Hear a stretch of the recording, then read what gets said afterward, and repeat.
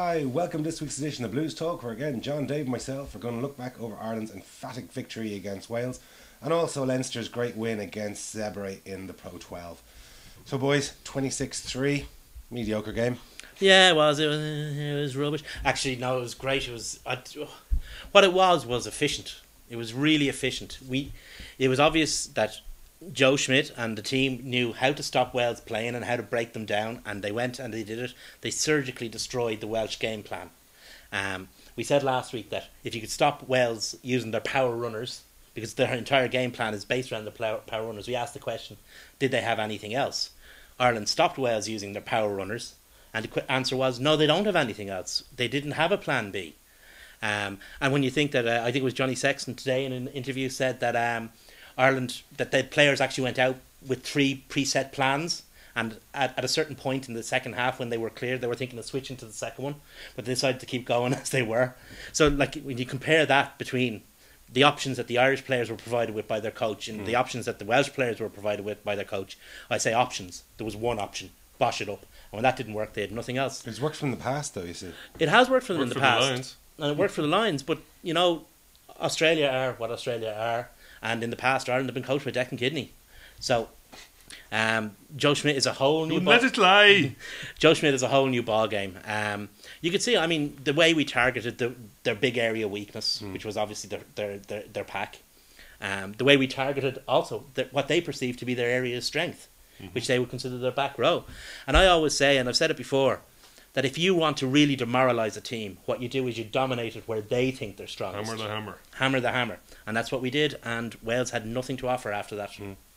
Yeah, I was very impressed with our game plan and our execution of it. It was all so precise. I mean, you hear all these words like details and precision, and but it was we sliced them. Like we didn't slice them open with runners, but we just sliced our game plan. But it was so clever what we did. Like we sucked them in, we kept it tight, and because of that, we created space in their backfield that we kicked into. Huge acres of space, kept them on their back foot all the time. Yeah. Well, North and Cuthbert have their attributes, but on the turn is not one of them. They can be caught out on, and that's what we did. Well, obviously North moved into the centre, and that snide Liam Williams was brought in. But we still did. It was the results are the same. I mean, we kept the wingers turning, and you can't use your power if you're going backwards. Yeah. Well, you said they'd no plan B, which in their naivety, I suppose they never needed a plan B. They're basing everything on having huge, big, super fit, powerful athletes that are in their minds are irresistible. So when they are resistible, or when you can get at them, that's it. They switched to plan B, which is panic. Plan A again, and they just keep trying it. And in fairness, I think that's probably why they always win against Northern Hemisphere teams, and they always lose against Southern Hemisphere teams. The Southern Hemisphere teams are too cute for that. And the Northern Hemisphere teams quite often aren't cute enough for it. Well, it's funny, like a couple of years ago we were making the analogy, why are our Irish provincial team so good and the national team not so good? And one of the logical answers is to say maybe they're better coached. And you could see again today, or on Saturday, the Irish team was so well coached, and obviously coached by a guy that was coaching one of the provincial teams for the last 3 years, that our tactics were just superb. And you can have all your tactics that you want, but the most important thing was that we implemented them so well. Like even when we put up box kicks, and a great example of it is we'll see it later of the try, that was on the money. Like I mean, and to see Carney and Halfpenny going up and challenging for that ball together, that's exactly where the ball needs to be. And the other thing is that even some of our kicking was a bit long, but it didn't matter because our defensive line, it didn't rush up. It came up in a line. It was organised. The organisation was there. And if you have, I mean, you referred to Wales dominating the Northern Hemisphere, which they did with power, but couldn't do the Southern Hemisphere, because Southern Hemisphere teams have power to spare. So Wales didn't have the wherewithal to go beyond that, which is what happened to them against us. But you could see the organisation and the discipline in the Irish team, apart from the obvious things like the penalty count and stuff. At 19-3, it would have been very easy to start flinging the ball around and going for flashy stuff, but they didn't. They just kept chipping away and doing the same things that got them into that position in the first place. And that's more demoralising for a Welsh team or for an opposition than a team suddenly start flinging the ball around. What's really demoralising is the fact that you've been through 60 minutes of this and it's destroyed you. And you know there's another 20 minutes to come. Yeah. Well, don't forget as well, the Welsh are actually very hard up defensively as well. I mean, that's been part of their rush defence, their blitz defence has been a feature of Sean Edwards' game for since Wasps, and it's hard enough to break them down, and they're big guys right across the park from scrum half to full back. Well, apart from the full back perhaps, but they're very hard to get through. So chipping over them is always going to be the way to go, and even kicking long and frustrating them. As you were saying earlier as well, to create the space to kick into, and it seems to follow the space as well. It seems to be all about space. Joe Schmidt's coaching, and the other thing it seems to do is absolves the team of any need to really think too much or to panic or to worry because he has them so drilled in. You do A, B, C. Don't worry about anything else. Don't worry about him. Don't worry about him. Don't worry about that. You just do A, B, and C. And anytime you're drifting outside that, refocus yourself. Worry about what's happening in the next 2 minutes. Do that, and you'll win. Yeah. So they don't have to worry. They don't have to have any anxiety about. Oh well, what if this happens? What if? Doesn't matter. Just do this. And the other side of that is there was no great panic from although we won a lot of turnovers. There was no great panic in the team trying to win turnovers. It's one of the reasons why our penalty count was so low, and it's 10-3, 10 versus 3 in turnovers. It's a hallmark of Joe Schmidt's teams. Joe Schmidt's teams are always quite happy to let the opposition have as much ball as they like, as long as it's slow ball and in their half. And that's all we did. We just kept letting them. They could have as much ball as they liked in their half, and we made sure it was slow ball. But we weren't trying to force it. We weren't trying to force the turnover, which meant that we kept our discipline and let them make mistakes. We also didn't. It's a real All Blacks one as well. When to flood the breakdown and when to stay back out of the breakdown. And sometimes you don't need to flood the break. One guy can do the work. Warburton and Lydiate are famous for the one chops down, the other's straight in over. And now you could see Paul O'Connell doing the chopping there at one stage with O'Mahony. Well, the first penalty we won in the match, exactly, just outside our 22 or inside our 22 on that line, came from that. It was a classic example of it. But it's also a thing, like we said last week, that because we weren't committing players to the breakdown, right? So they were often outnumbered at the breakdown. But sometimes we had to commit numbers to the breakdown to get the ball out. But the difference between the two teams is, and we said it last week, Wales don't have players with that little bit of cleverness, that little bit of quickness of foot to maybe take a step. Quickness of thought, yeah. To when they get the ball, they don't have what it takes to put a little bit of something on it to get around a tackle. Whereas our players did. You could see, but you could even see Devon Toner, who obviously his size, he doesn't. He's not the most nimble foot, but even then, even when he gets the ball, he's just his little sidestep just to create that extra tiny bit of a second to let your pack regroup behind you. It allows you to take the tackle on your terms, and allows as you say, allows you to get your guys in behind you. So Gordon Darcy's has made a career out of it. Yeah. We saw Dave Carney do it a couple of times. I mentioned Dave Carney. He was Andrew Trimble phenomenal, as well. I thought the two wingers were absolutely superb. For all the questions, about their selection because of the guys who were A, absent, and B, not injured. Selected. I think that those guys, Zebo, Fitz, Bow, maybe Keith Earls won't be, but they're going to have to put in some performances this weekend to come into consideration, let alone selection, but even to come into consideration for that team. Well, that raises another thing. I mean, I'm not trying to blame all this on Joe Schmidt. A lot of it, put it at his door. A lot of it was because in last year's Six Nations we had so many injuries. We had to blood a lot of players. But now we've got Dan Toohey came out, had a brilliant game the previous week and was playing fairly well when he came on, but unfortunately broke his arm. Yeah, like a player like that gets injured a year or two ago, we would have been panicking. Even last year, don't forget in Italy we had Peter O'Mahony playing in the wing, and obviously that was out of necessity because we got injuries in that. But Smith got a lot of criticism at the start of his campaign, or certainly the start of the Autumn Internationals, because of the way what he was doing with the squad. But now you look at the squad and you go, we've got 30 players these guys there who have been exposed to fairly high level rugby. And just take that second row position. like we have Toner and O'Connell seem to be the front runners at the moment. We've got Donnacha Ryan coming back this weekend to play a game. You've got Mike McCarthy played last Sunday and will probably play again this week.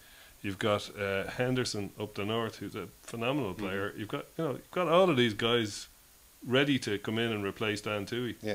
And would you be upset to see any one of those guys in the team? I mean, you could have made it. As it happens, it's one from each of the three provinces. You could have made a legitimate argument for any of them been, well, maybe not Donnacha Ryan, he might have been a week too soon, as it were, but you could have made a legitimate argument for all of them been on the bench last Saturday. Yeah. And you could even have made a legitimate argument for a lot of them starting. Now, I think the two guys in possession have done well enough.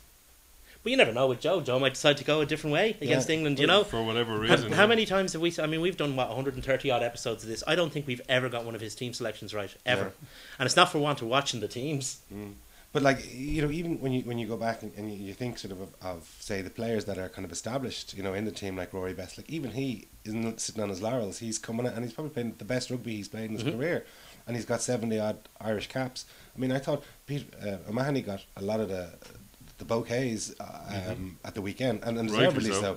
But Best was also phenomenal at the breakdown. I mean, I'd love to see the actual number of turnovers that he produced, but he was well up there. He had a lovely one where he came out. I thought he was being rucked out of it, but he came out sideways. Yeah, but he had the ball. Yeah. How did he do that? Well, you got a lot of guys. He was the only Irish player in that ruck. He was, yeah. So. What you've got a lot of guys playing at or near their optimum. Which is what you want. I mean, you want them. It's no good them playing well in the autumn internationals kind of thing. You want them playing well now, and they all seem buzzing. They're all hit their peak. They've got a couple of and not easy wins. I mean, whatever about the Scotland game, the game against Wales. That's a spine stiffener. That is. That's a win that really kind of lets you know that you're doing something right. And then you've got the eagerness of the other players. You know, you see them when they come on. The substitutes come on, and they're all. I was saying it to you earlier. What it reminded me of, not so much in the style of game we're playing, but when we played Toulouse and we played Leicester in the run to the 2011 Heineken Cup, when players came on, they made a significant contribution. They took things up a level, and we saw that on Saturday. I mean, even though Dan Toohey had to go off, we had to put O'Mahony into the second row. Tommy O'Donnell came on and he didn't let up. The front row came on and they actually helped do a fair bit of destruction, that front row. And all the guys who came in made a significant contribution. Absolutely. Paddy Jackson comes on, scores a try, you know. But like there was one situation where we got a line out probably about 10 metres outside their 22 in the final maybe quarter of the match, and we drove it about 25 metres. Now I thought we should have got maybe even a penalty from it. We didn't. It didn't turn out into anything. But the point is, though, we probably had made 4 or 5 changes to the pack at that stage, and yet it was the driving maul was still functioning exactly the same as it was, you know, with your starting 8 on the pitch. And that's such a technical thing. It's very hard. You know, everybody has to know their position. It looks like just a load of blokes mullicking in together, but the positioning is very important, and obviously the body height and all that stuff. But just to get that thing rolling, and you know, Welsh are they're not total mugs, and they said that they were working on counteracting our maul for. There was 5 or 6 lines start from the third test in that pack. In the pack, yeah. It was just that was an incentive in itself. I mean, there were guys. Maybe Rory Best felt that he should have got something to prove. Yeah. Well, now, as it happens, I don't think I think he might wanted to prove to himself. Because I think he would probably admit that he had a poor line. He had a poor line through, but that's it. Rob Kearney wanted to prove to himself. I mean, Lee Halfpenny was superb on the line, so you can't take that away from him.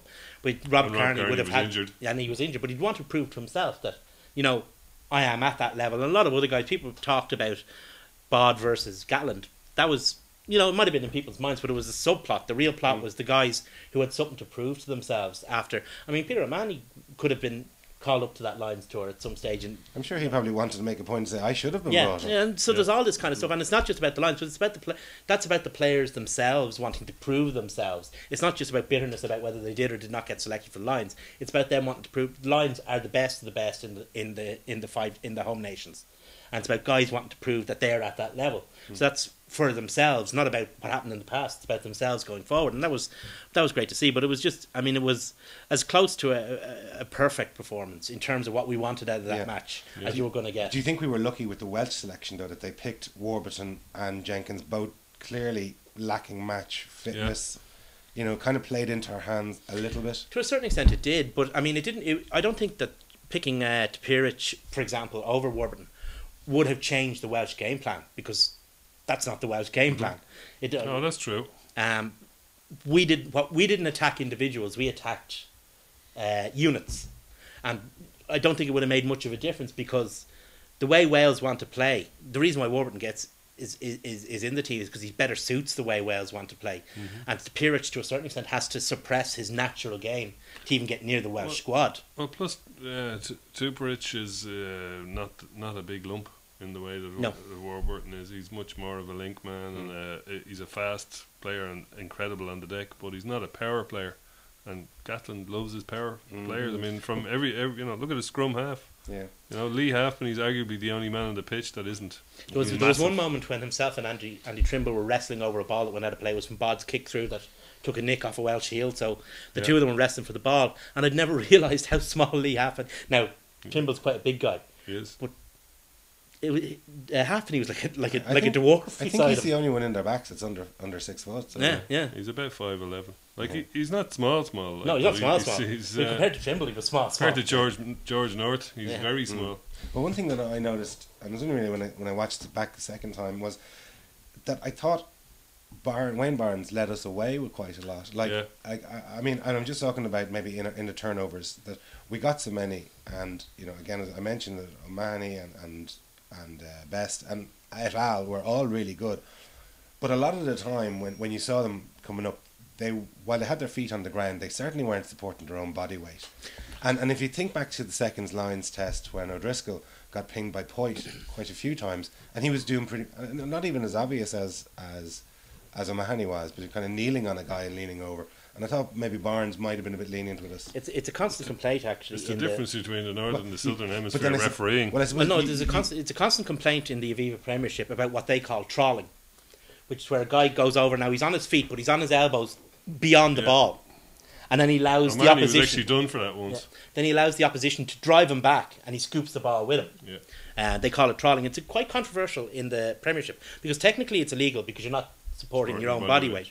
But it happens so quickly that referees can't spot it. So I think Wayne Barnes is kind of his failure to spot it was a function of refereeing failure or refereeing style within the obviously you played a referee as well. Exactly. And in France they're very hot. It's something that they are particularly hot on in France if you watch the top 14. Southern Hemisphere as well, they're very hot on supporting your body weight. And it takes me back to one of my little hobby horses from last week about how the game is changing to favour the defensive team a bit more.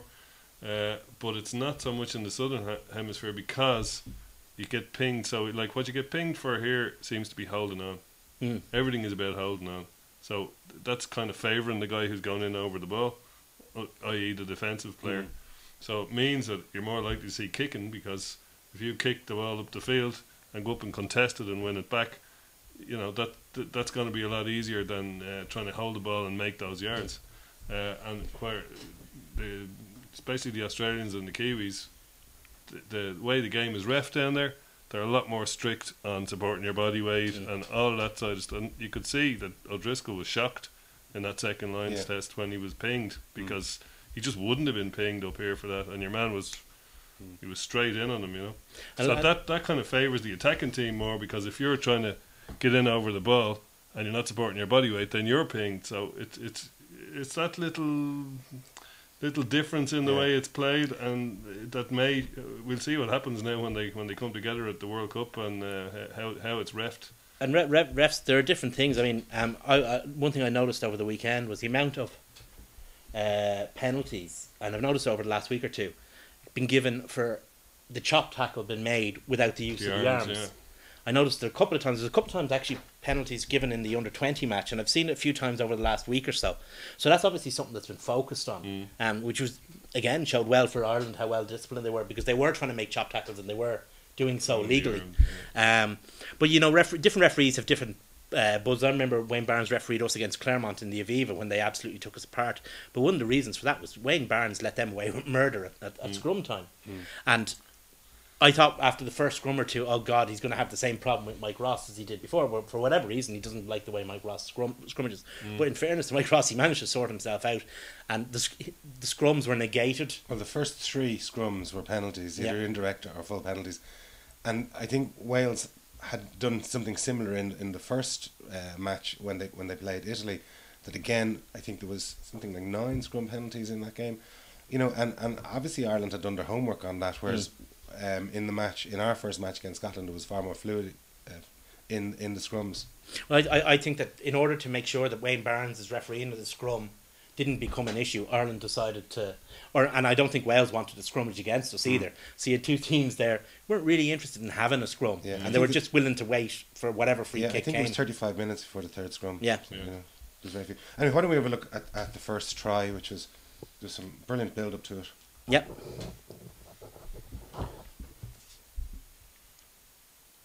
It's great up and under. Yeah. Great, contestable. The new buzzword. But like just the way that he held on to that. Yeah. Was and the ball came back on our side as well. And look, Conor Murray picks giving it out to the ref.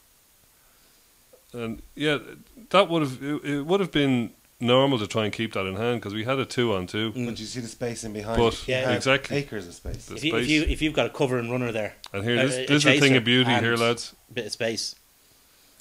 Shifted the off way they immediately. all straight on the angle they're driving at. There's no Welsh players, but it's too late. Yeah. It's just too late. And like setting that up at the speed it was set up, like from the minute that ball hits Toner's hands, he's down and he handed it off to Henry. Heaslip came in outside Henry and they just, it took a microsecond, well it took probably about half a second for that to form up and drive. And by the time Wales were going to get to it, it was just Rob Kearney really wanted this ball. Didn't he? He really, really wanted it. I mean, that was what we were talking about earlier about proving himself. He was not going to be beaten in that position. I think a huge amount of credit has to go to Plumtree as well. I mean, he's done one, like as someone said to me at the weekend. He's working with pretty much the same players as Gert Small had last season, but with a far more abrasive. I mean, you know my opinion of Gert Small. Yeah. Well, as well, Gert Small was there a long time, and you get tired listening to the same voice saying the same things, and I'm sure. Not having ever played international rugby, but I can imagine that you would get, if the same guy is saying the same stuff for 5 years, you're going to go. I think there is a certain life expectancy or lifespan indeed on a coaching thing. I think that if it goes much beyond 4 years, you're kind of really playing with fire. Yeah. We'll look at our second one. Again, you can see a certain amount of domination. You'll notice how many players have changed. One of our locks is off the field. So we're a bit... New hooker, new front row. Dev Toner had to run the line out then with Paul Egan as well, so a bit of a change there. I don't think it's something Dev minds. I think he enjoys that responsibility. He's often spoken about it. This was our 4th try off driving line out maul. Of our 5 that we've scored. I guarantee you we won't even try it against England because they'll be expecting it. Well, that's like that. I don't know. That brings me to a question which we will ask. Yeah. Yeah, it was a thing of beauty as well. Yeah, it was. I mean, that goes virtually 25 metres, And wee Paddy. And that scummy knacker came in and tried to lash Paddy Jackson out of it. And looking back, you might see it in the second. He actually went for his face with his elbow. The only reason he missed was because Paddy Jackson You'll see it moved. on the other angle replay. That was a deliberate attempt to cause serious injury to Paddy Jackson. And he also went with the feet on his knees as well at the same time. Look, he has form. He's done it before. Liam Williams is the sneakiest, least honest player in the home nations. We've seen him in action a load of times in the RDS. He doesn't doing need to stuff be like a good bloody player. He's a good player. He is a good player, but nobody likes him. Nobody respects him. He's never going to be regarded as a good player because the first thing people are going to say about Liam Williams is a dirty knacker. Yeah. Anyone who puts in cheap shots. You'll probably see it here now. No, you won't. No, it's the next angle. The next angle you can see it. When I watch it, look this the elbow is a deliberate on the head. attempt to injure another player.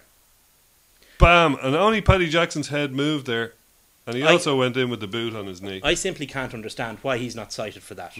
I simply can't understand it. I mean, whatever about the two boys in the France-Italy game for headbutts. Right? At least they were facing up to one another. Dave. Yeah, but at least they were facing up to one another, mano a mano, as it were. Whatever about Mike Phillips coming rushing in? At least he was coming rushing in head first or face on. He wasn't coming around the back to try and do a sneaky thing. I mean, Mike Phillips can be an awful Egypt, but he's an honest Egypt. Liam Williams is a sneak. Good bit of banter on Twitter, though. There was. I mean, I'll tell you one thing. When Niall Horan tweeted him, calling him all sorts of names, and he invited him out and told him to bring the rest of the Beatles with him.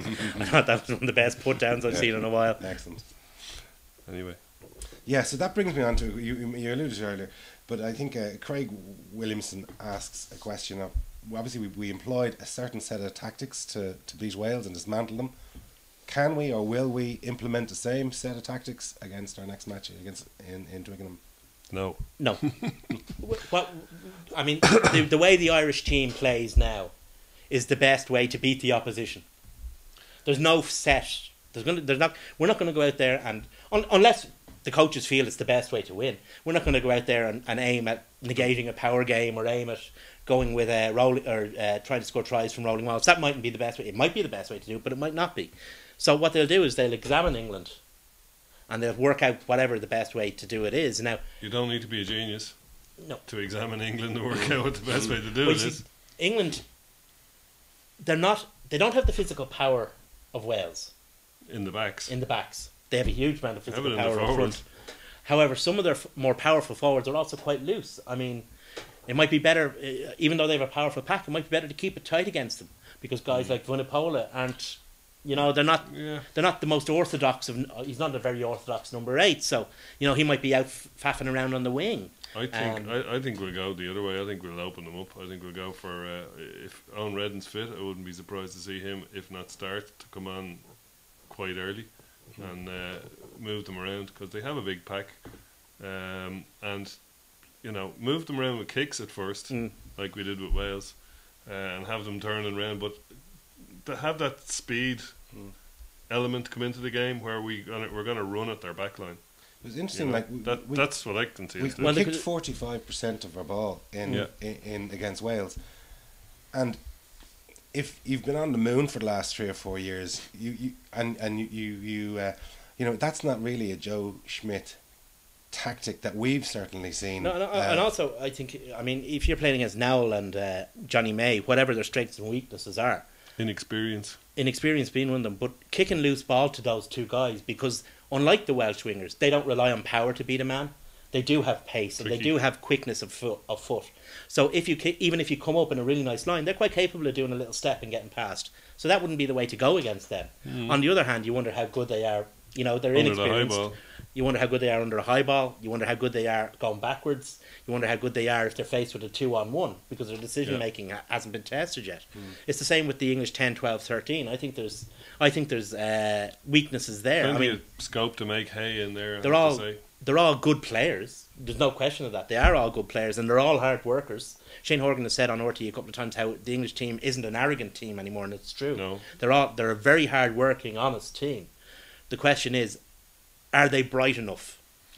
As a collective, not talking about the players. It's quite an experience. That's where I think we'll have them is cleverness. Yeah. Is there enough knowledge in that area to stop what might be coming at them? I'm not sure there is. I think moving the pack around and then using cleverness to get through multiple points of attack. The old Joe Schmidt tactic. I think we might see the old loop and the loops come into the all those little things. The loops, the quick ruck ball, and that's why I mentioned Redden having that cadence between rucks and you don't know where the ball is going to. If you defend too narrow with the forwards, someone just run through the ruck and score a try in the forwards. And if you pack the ruck, there's going to be space out wide. That multiple point of attack and attack with cleverness rather than power, because those guys, even the young like Launchbury, guys like that, he's a young guy, but he's a powerful guy, which gives them a lot of power in the scrum as well.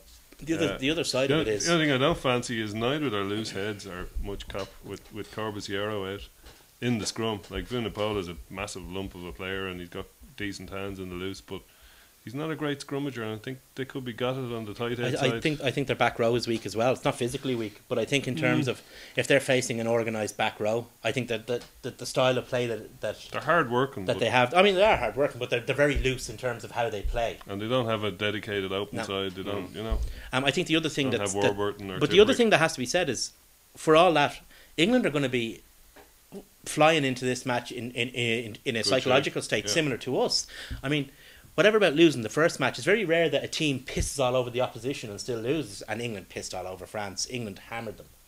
But France got those 2 lucky bounces and that one spark of genius. And that's what won them the game. But England were by far the better team. I mean, it wasn't even a contest for most of the match. Also, they're at home in Twickenham. They're at home in Twickenham. Big. And they're not going to come into this match the way the previous English teams have come in, filled with arrogance and satisfaction at their own selves because they're Sense only of playing entitlement. Ireland. You know, that's not going to happen. Lancaster isn't going to let it, and the players in the team aren't going to let it happen. I mean, Plus, we're not exactly going in under the radar, hammering No. the champions, are we? You know. no. So these guys are. It's going to be a very significant test. I think England could be one of the better teams in the championship. Obviously, it's all to play out for Well, yet. But moving on to into England's match against Scotland, were you impressed? They won 20-0. They nilled Scotland. I mean, that must be the first time in a championship match for quite some time. it's beating Scotland to England South Africa did it a has couple of become months ago. has become. Well, I mean, in a Six Nations Nations. game. To a certain extent, it's we were saying it last week about you can't win against Italy. England can't Degrees win. of losing. England can't win against Scotland because they're going to beat Scotland, but they're not going to get any credit for it. I mean, it's a poor Scottish team. It was a horrible pitch. It was a horrible day. It wasn't just a poor Scotland. No, it was a team. They were disgraceful. appalling. They're an appalling And- Scottish team and on even an appalling pitch. the last minute of the game just summed up how. Oh, crap Hodge. that- Oh, Kick yeah. it when he away. kicked, We're I mean, even Weir, if yeah, sorry, yeah. even if you're playing under 13s, your whole psyche is we're down, we're losing this game. Let's give it one last go. Yeah. trying he to get a just bit kicked- something for pride. Yeah, and he kicked it off the pitch. Yeah, no, that was shocking. That was really, but that was indicative of the state of Scottish rugby. You know, some of their players are actually not bad, but their coach is a joke. I mean, Johnson is terrible. I mean, he Seems really Rubbish to for be. Wales as well. Huh? I mean, he was rubbish. He for was Wales rubbish as for well. Wales as well. So I've got a feeling there's a lot of players there just trying not to get hurt until Vern Cotter arrives. Well, that's what I was going to say. Is Vern Cotter going to be their messiah? Is he going to save their ass? What he'll do is, I mean, they look like a rabble at the moment, right? Under Vern Cotter, they won't be a rabble. Now they mightn't be Can't very make them good. any worse. They mightn't be very good, but at least they'll be organised. The guys who'll be there will know what they're going to like we are under Schmidt. We'll know what the plan is. Players will know what their jobs are. They haven't a clue under Johnson. You can see it. They don't. They've been through a litany of coaches in the last 10 years. I mean, they must have more coaches than any other team in international rugby, and none of them seem to do any More favours coaches for than Bus Airn. Good man, Dave. So moving on to the other game, anyway, France beat Italy 30-10. Yeah, France were too good for Italy ultimately. And once France got out of the arm wrestle that they kind of got themselves into in the first half, a couple of moments of genius from Fofana. They are a bit of an enigma wrapped up in a mystery, though. Again, France, like it looks from the outside like they're a brilliant team with a rubbish coach who are being forced to play in a style that they would not like to become accustomed to. But can they develop throughout the championship and end up in the last game at home in the Stade de France looking, like a proper team? In a way, I kind of Wouldn't put it past them. In a way, hope they keep winning coming into that game, and I hope we obviously keep winning, but I hope France keep winning because Well, if you'd not they like to see lose, Wales turn them over next Friday, no? if they lose, they'll make changes, and some of those changes Friday might be the week. right ones. Mm-hmm. You know, they might bring Tales in. Yeah. They might get rid of Dusatoir, or not Dusatoir, sorry, Bastero. You know, they might make the right changes, and that's my worry that they actually put the right team on the field against us. You know, They So- do have- Keane that's Healy important. in Bod's jersey. think yeah, is the name for Bastero. I'd be quite happy for that. The French team that took the field for the first two matches to take the field against us. What I don't want Fiku coming in to start beside Fofana. I don't want Madar coming into the back three. Although Bonneval I thought played quite well. He was very good. It was his I debut don't. as well, wasn't it? I don't want, or even Potrano in the centre beside Fofana. I don't want that. I want Bastero standing there doing as much to stop all their back moves as any defensive system Joe Schmidt could come up with can. I want him there. I don't want Tales playing. You know, I want them to have the wrong team that they've managed to struggle through so far on the pitch in the last day. Yeah, fair enough. They could still win though. Well, the thing about it is a lot of them are innately good players. You know, it's playing badly is very hard for them because playing well is in their DNA. But I want them still coming onto that pitch playing badly. Yeah, but and winning. when they click, they look great. Oh yeah, Like they do. But when And- they have those moments where Fofana decides to screw this and he does his own thing, or Fiku or even Nugent, looks good compared to some of the lumps that are on in French rugby these days. You know, when those guys decide to play like French backs, they're brilliant. But when they decide, But the game plan for France is not to play like France. The game plan for France is to play like Gloucester. The game plan is that's Anglo-Saxon. Saint-Andre, isn't it? Yeah. Yeah, Saint-Andre seems to be Mr. Conservative. I think he did a degree in accountancy before he went for coaching, and as Not the exciting accountancy you do, Jason. The really boring kind. Yeah, that's right. anyway, Moving on to swiftly moving on to the Leinster game against Zebre at the weekend. Good win, got our bonus points. We made heavy weather of it initially. encouraging towards the end, Yeah. but we did make very hard work.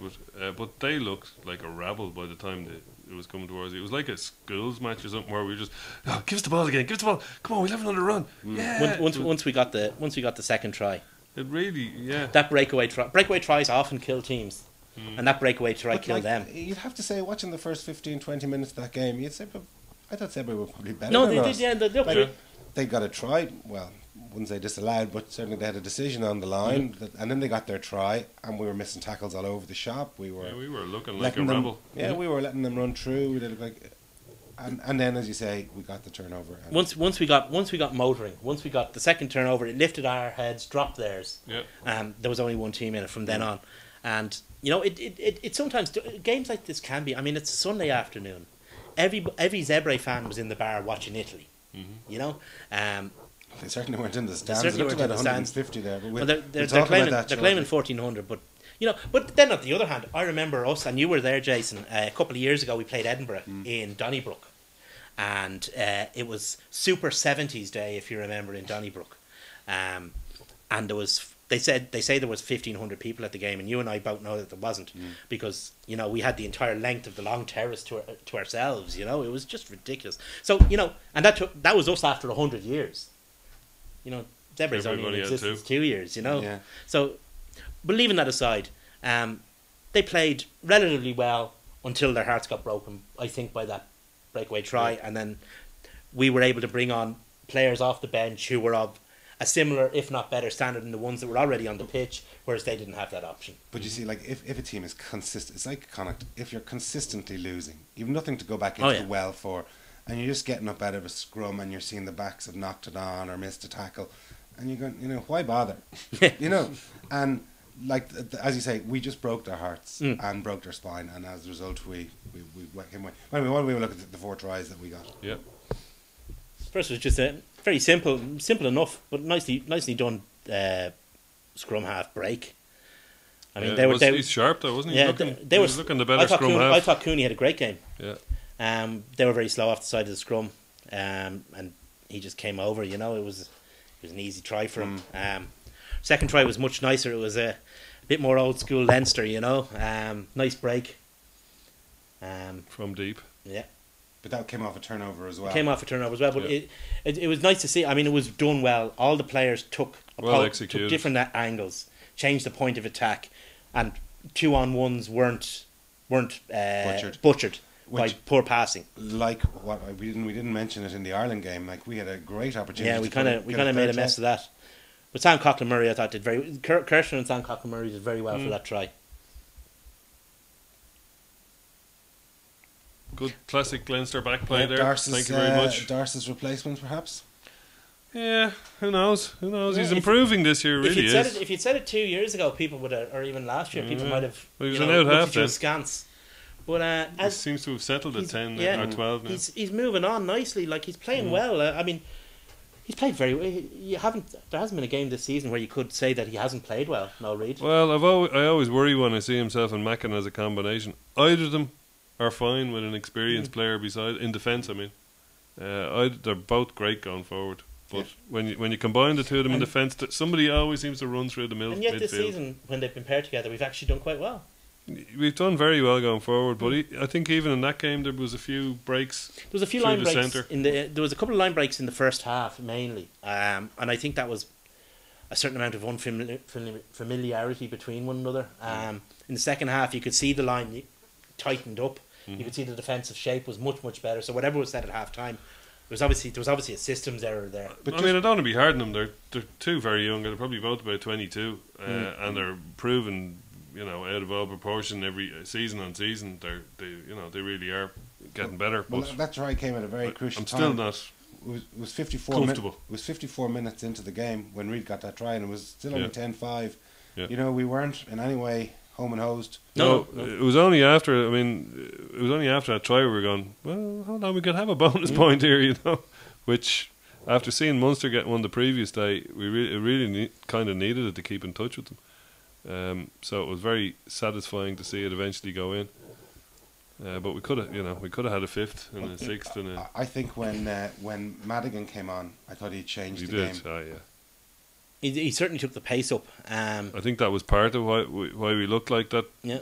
schools team thing where we were just trying to give us the ball again, let's have another run. That was let's a have nice another pass, a nice inside pass for Kirshner to Yeah. cruise in on a post. Nice line taken from Kirshner. Yeah.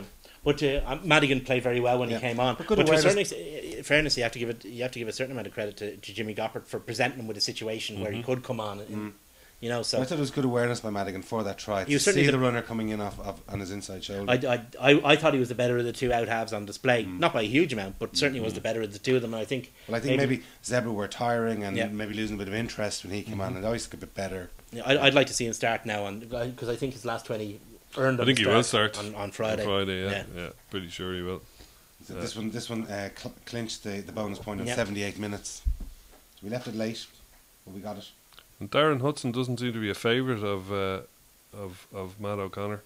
No, for whatever reason, he's not. There's another Well, guy who I've came always on and liked played him. very Yeah, he well, played very John well. Ryan. Ryan, yeah, But he always comes on like an exorcist anyway, doesn't he? yeah, tackling machine. I thought Darragh Was well Fanning held. was the unluckiest man. All the way, and he We- controlled I it with talked his about it feet. after I that. thought it was Lewis here. No, hang on. He did very well there, actually. did very well. Showed nice cleverness. Darragh Fanning made a number of good runs in that second half, and one of Yeah. them, he was nearly over the line when the bloody ball bounced off his That's knee. right, yeah. I He's think very he gets a unfortunate. bit of unfair criticism. Yeah. You know, people say, "Oh, he's Yeah. 28, he's past it." Like, I think that's a bit unfair, a bit ageist. He's a good, yeah, No, definitely. he's patently He's a not good, honest past. player. He's a member of one of the foremost rugby squads in Europe. Mm-hmm. You know, and he's not there at a charity. No, You know, he's there because he's good enough to be there. he's a good Rabo player. Yeah, good, he is, solid yeah. guy They of a can't- guy. not everyone can be Issa Nasiwa or Dougie Howlett or Dennis Hickey. Somebody has to be the guy who does the hard work when the superstars are away, you know. And it's because of it's, and we've realised this over the last. It is the Darragh Fannings and the Brendan Mackens and the Noel Reeds and whatever. These are the guys that actually win us trophies because these are the guys who keep us ticking over when Yeah. everyone else is away. That's right. And that actually kind of leads me into a couple of questions from two lads, Mick Hennessy and Dave McCarthy, who both ask about Goodman being out and obviously Lottie gone, that we have a spare NIQ position. We still have that position, and then obviously Goodman might or might not. He's out for the season, but he might or might not be re-signed for next season. So, you know, who would or what position I suppose would be better to ask? Should we sign these? We have these spots available. Well, the word is that Leinster are out looking for someone. And there's a fella called what's his name? O'Driscoll or something. Yeah. I think he's moving on. So Yeah. But it's it's going to be a bit of a vacancy the there. question is: are we signing someone for next season, or are we signing someone till the end of this season? Because there's still that slot there. We're going into we can add players to our Heineken Cup squad. We can. So you know, there's Southern Hemisphere players A who are Brad available. Thorne type signing in the backs, maybe. Yeah, you never know. So there's options. The options to sign players are there. Yeah. Well, their Super 15 season is Yeah. starting now in February, just in a few weeks' time. So So you're going to have to get a Get it deal quick done enough, quick. yeah. But you know, it is possible. I don't know who they're trying to sign. I haven't heard any names. The Quentin the name that was mentioned before, in terms of hooker, has gone. Seems to have gone. Yeah. well, I suppose that's We don't because need him now. Strauss is He's back, back. you know, But that's what I was going to say. Events have overtaken that signing. Yeah. So which is good, I suppose, not to have used up that position when we. Maybe that's why they held off because yeah, well he was maybe further that's head down it. the I mean, track. than, and it's great to. I mean, whoever we signed wasn't going to be as good as Strauss. Absolutely, yeah. Possibly, although or Irish qualifier. or Irish, although he had a bit of a nightmare in the second half, he wasn't going to be as good as Dundon. You know, Dundon's been a very good player solid for us. player, Very yeah. good player for us. Actually, the scrums were interesting against Zebre. So just to go back to that, because we started out with Benton Furlong. Yeah. Furlong went off. Jack O'Connell came on. He moved over. He moved over. Then Bent came off, Mm-hmm. and what's his name came on. Jack O'Connor. No, Oh, sorry. On the No, didn't. But then Jack O'Connell had to come off injured, and Bent had to come back on. Yeah. So Was it Jack O'Connell that came off injured? it was, yeah. Was it? Okay. Yeah. I know Byrne came on for a little cameo at the end. Yeah, it was Byrne. It was Byrne. That was at the very end, though, wasn't it? No, he was on for a good 10 minutes. I mean, Italian television was rubbish. 10 minutes changes. I mean, we didn't even realise until we saw it that Tracy had come on, for example. So At one stage, we had 3 loose head props in Yeah. the front row. Our front row, because Tracy's a converted loose head. He was playing hooker. Is that the lad Byrne from Clongowes? Yeah, one of them, yeah. They've fast tracked There's him. they're twins. but that's the Hooker and beauty of loose the, head. to a certain extent. People always complain about the Pro 12. Oh, it goes on during the Six Nations. And the star players are there. That's the beauty of the competition. Like Yeah. these guys, like, I mean, we've been talking about. We saw the Burns play in the Senior Cup final for Clongowes, and this period of time gives them an opportunity to get some senior rugby.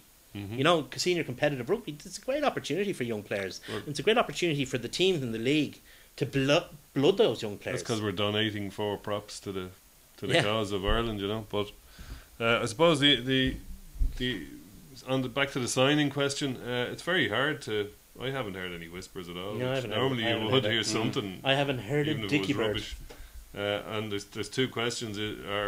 Is it somebody like Brad Thorne that we're going to get Again. a high profile signing just to the end of the season, or is it in terms of what we get next season? You know, because we seem to be well. I know Leo's retiring. We seem to be okay in the pack. I mean, there's not really a position in the pack that you'd go, ooh, glaring weakness. You know, however, you know, not traditional Leinster style, we seem to have. It's out the backs we seem to have the issue. However, if we don't need a player, no point in throwing 300 grand at somebody just for the crack. And you know, if we do need somebody, it's in the centre. But like, you can move Fitzgerald in, you can move Fergus McFadden in. You've already got Mackin and Reid who are playing there. If a player Darcy's going on for another year. You know, there's plenty of options if there. a player isn't actually required, unless they're world class, and by that I mean Brad Thorne world class. Yeah. There's no point in signing them. Yeah. Well, anyway, We may get nobody. Yeah. Is the answer to that. well, nobody's perfect. Maybe we'll get Johnny Hills. John Hills. Anyway, so that bonus point victory keeps us in second, and we're 3 points behind Munster, who had a fairly emphatic victory against a shite Cardiff team. Got about 19 tries, I think. Oh, I was just. I started watching the game and I saw Cardiff's attitude, and I went to the shops. Well, I actually saw the first bit of it, and I was going to go back and watch the rest, and somebody told me not to bother.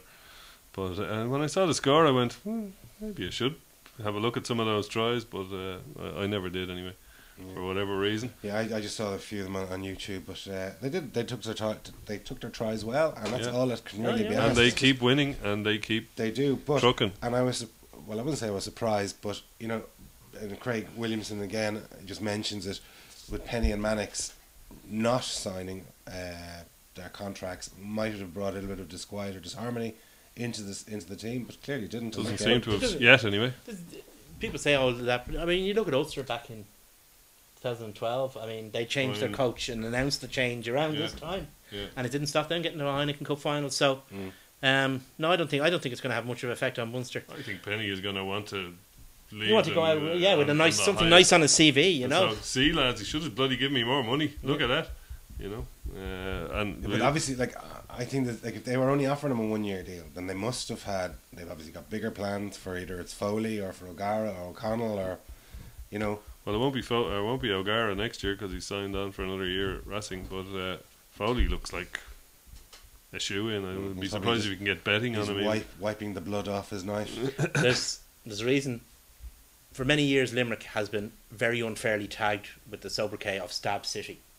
It wasn't fair. However, in the Munster Rugby headquarters, Stab City is an apt name because the amount of guys Foley's gone through. You know, he's just adding the corpses to the list. We said a couple of months ago, we said that Foley was going to do for Penny. And he's done for him. Has he? He went for the job initially. Yeah. He did. And he was probably a little bit inexperienced, but now he's got 2 more years under his belt. I've no doubt that Foley will. I think he could be Well, good. I don't know if he'll be a good coach or not, but I've no doubt that he'll do his very, very best, and that, you know, that the prospects of him being a good coach are Needs a are good backs good. coach along Yeah. with him who can get on with him. Yeah, well, You know? that's probably his problem, that they have Mannix there, who clearly isn't a good backs coach. Yeah, I don't think he's Well, up to much. he's probably going to rule out Eddie O'Sullivan just past history perhaps might rule them out. Eddie stayed very quiet and against the head on Monday night when he was Well, asked. he didn't get a chance to get a word That's in true with those as well, two yeah. gobshites from Cork whittering on constantly. He's from Cork too. In Well, fact, all the other- four of the people were from Cork Alan on that. Quinlan's not from Cork. Oh, sorry, Quinlan isn't. Excuse me. I forgot Dara. Eddie O'Sullivan. I was thinking more of a Galway man, but you know, against the head was joke shop again. I mean, Alan Quinlan and Eddie O'Sullivan were trying to talk about rugby, and I don't know what the other two were bleating on about, but all you could hear is bah, bah. Well, anyway, just Bye. quickly wrapping up the other I fixtures. don't know as bad as Blues talk though, Dave. Come on. I'll tell you one thing: if we ever put out an episode as bad as Against the Head last Monday, I'd stop. Okay. Okay, well, anyway, Ulster leapfrogged the Ospreys with their 10-7. Made heavy weather of that match on Friday night. Ospreys were game. Ulster were just slightly Very, better. very game. Yeah, very game. Ulster were just slightly better. They had better players in enough key positions The to. Ospreys nearly did them though. Oh, They did. were very Well, close. You see, the thing about Ospreys is, for all the history, like we've said it a couple of times, there's actually a real spirit in the current Osprey Yeah. squad. You know, they're not fancy Dans who are, you know, you put one over them and they fade away. This Ospreys team doesn't do that. Like, you might beat them, you might be better than them, and they're not the greatest side in the world, but at least they have a bit of spirit about them, and you could see that on Friday night. They're in with a very good run as well. They Yeah. normally have a horrendous end of season fixture list, but they have actually got a really good. That game there was they've only one away game left now against anybody in the top 5, and it's Glasgow who are fifth And falling away fast. And the falling other away side fast. is So Ospreys with all their star players in the past used to lose interest once the Six Nations was over because they weren't playing to get onto the Welsh team because that was done and dusted. So they just used to lose interest to a certain extent, unless they were playing us in a final, the bastards. they're the only team But- in the top 5 that are in the top 4 that is out of the Heineken Cup as Yeah, well. but So- this year, or in recent years, that Ospreys team has, stiffened up its spine. Good players. I mean, I thought what's his name was fantastic, Matthew Morgan. I thought he was really, really Yeah. good. great thought he looked little great. step on yeah, him, hasn't he? Yeah. And they've also got we've got them 5 days after we play Toulon, which is not going away. We've got to play them away, so they'll be sitting there in the long grass watching us spill our guts against Toulon, win, lose or draw. They're going to be up to emasculate us, or what's the word I'm looking for? Beat us. Yeah, Beat. win. That's it. Win. Anyway, just very quickly, we just briefly talk about the Dragons, as I want to get on to the Italian situation. Anyway, we play the Dragons on Friday. You don't know who's going to be released back from Camp Carton. I do. Who? I have a fair guess. Pretty much everybody who Yeah. wasn't in the starting 15. Yeah, We've I'd got say I'd be. McFadden, Yeah. Redden and Luke will be back. They say you're gonna have. Well, you might have both props, Moore and McGrath. You'll definitely have one of them, and you'll have Cronin. Strauss will probably come into play. I know he's not in the current 23. So we're going to have an awful lot of players. We should be well capable of turning over the Dragons, even though they don't lose too many. Falatau and Coombs, I think, is about the height of it. But I still think we should be well at home. We should be looking at how many tries we're going to score rather than whether we're going to win or not. We should be looking for a Valentine's Day massacre. Yeah. Well, hopefully, well, the Italians might be massacring the Pro 12 if the rumours are to be believed that Treviso are It's talking not a about rumour, or but threatening to pull Well, out. well, to a certain extent, what happened is that somebody put a Treviso statement Yeah. to Google Translate, and it and doesn't that's really say spread much. like wildfire. The Treviso later put out a statement in English, and the Italian Federation for Italy's participation agreement is up in June. Yeah. Treviso said beyond June we don't know what we're doing. Yeah, that's basically all they've said. That's it. I mean, that is the sum total of what's been said. Well, they've also said that if the Italian Union favours having a competition other than the Rabo Direct Pro, then they said we'll do join whatever. it. They said but we'll if do they whatever don't- the union do. But they must be trying to put It's a all little bit about- of pressure yeah. on the 3 million quid. Of course that they are. The Of course they are. FIR Oh, yeah, have to absolutely. put in. Absolutely, That's what gone. they're- Like I mean, Yeah. that's pretty much gone. Either gone or so severely reduced as the it was hello money, really, wasn't it? the Italian Federation have to pay for the cost of every team that goes to Italy to play. Yeah. They have to pay for the honour of being in the league, and they have to underwrite a certain level of media exposure. So they have to pay TV to be on TV, and they're tired of it because nobody else has to do it. So what they're saying is, right, we've been here 2 years. We want to be treated like just a member of the Pro 12. Actually, 4 years, I think. Well, yeah, sorry, 4 years. We want to be treated like a member of the Pro 12. We don't want to have to pay those costs. There was a report in a Welsh paper that the Welsh teams are spending 60,000 each on travel to Italian games in the Pro 12. But that includes cocaine and hookers. Well, it must do, because 30,000 each, 30,000 a match, is ridiculous. I mean, how do they spend it on? I don't know, are they just really shit in That's the a purchasing grand department? a player. It's crazy stuff. But anyway, no, the Italians are just. I think they're just trying to negotiate their way out of their the financial penalty that they were playing under over the last few years. You also should remember that the reason why Treviso said it was Aironi are funded by, or Zebre are funded by the FIR to the tune of 7 or 8 million euros a year. And Benetton own Treviso. Yeah, Treviso are just a regular club. They generate their own budget. It's about 3 million a year. So what they want to do is they want to help the Italian Federation get some of this money back in the hope that the Italian Federation will channel it down their way as well. It also comes at a time when, if you like, everything is up in the air in Welsh rugby and European rugby, and like the whole Northern Hemisphere game is up in the air. Well, the word on the street, or the word on not on the street, well, maybe on Fleet Street, is that they're trying to hammer something out. There's going to be so. I mean, by the time this episode is on air, we could have a final decision, you know. And the word is that they're very close. But television is the problem. I've been saying that for the last But this 6 thing, months. if you think that, like, the Italians are probably the ones who are going to get screwed with the new with the Heineken Cup deal, the way it stood, insofar as 20 teams qualifying, and one of them will be Italian. Yeah, exactly. Whereas before they've got 2 teams going in, so one of them is a good chance that, say, Zebre aren't going to qualify. So maybe that they're thinking, well, you know, if we played in our own league, you know, as it was in the past, we could negotiate 2 spaces. I don't think that'd be feasible. They'll still be only one. They concentrated too much strength in those 2 teams to make. I mean, the rest of the league is. I mean, there's famous names: Crocietti, Gran Parma, all these names that we know well. But the standard of play has dropped off because the best play. I mean, Mogliano. Yeah. I mean, all the best players are now concentrated into these 2 teams. So I don't think that's a runner. I think basically what it is it's not so much a power play for the Italian Federation. They just want to be treated the same as everyone else. That's all. And they probably will be. And I think that there'll be agreement in the next couple of days. The only thing I think what will happen is that there'll be a nominal buyout of BT's contract by Sky for a nominal figure, and everybody will be really nice to BT in future when potentially further television deals come online. That's a good thing. I think surely that's a good thing. I think if rather than try and destroy European that's what rugby, I'm saying. I think BT PRL had decided to bring that to the table and say, look, ERC even shamed them into having a bidding war between Sky and BT. Yeah, it could have been a very different I think scenario. BT are in the position now where, you know, they're looking to expand into, say, the Irish market, for example, which has a very high take up of pay television, much higher per head of capita in the UK. Pay television isn't where it's at for them, though. It's in Ireland. the broadband. In Ireland, it would be.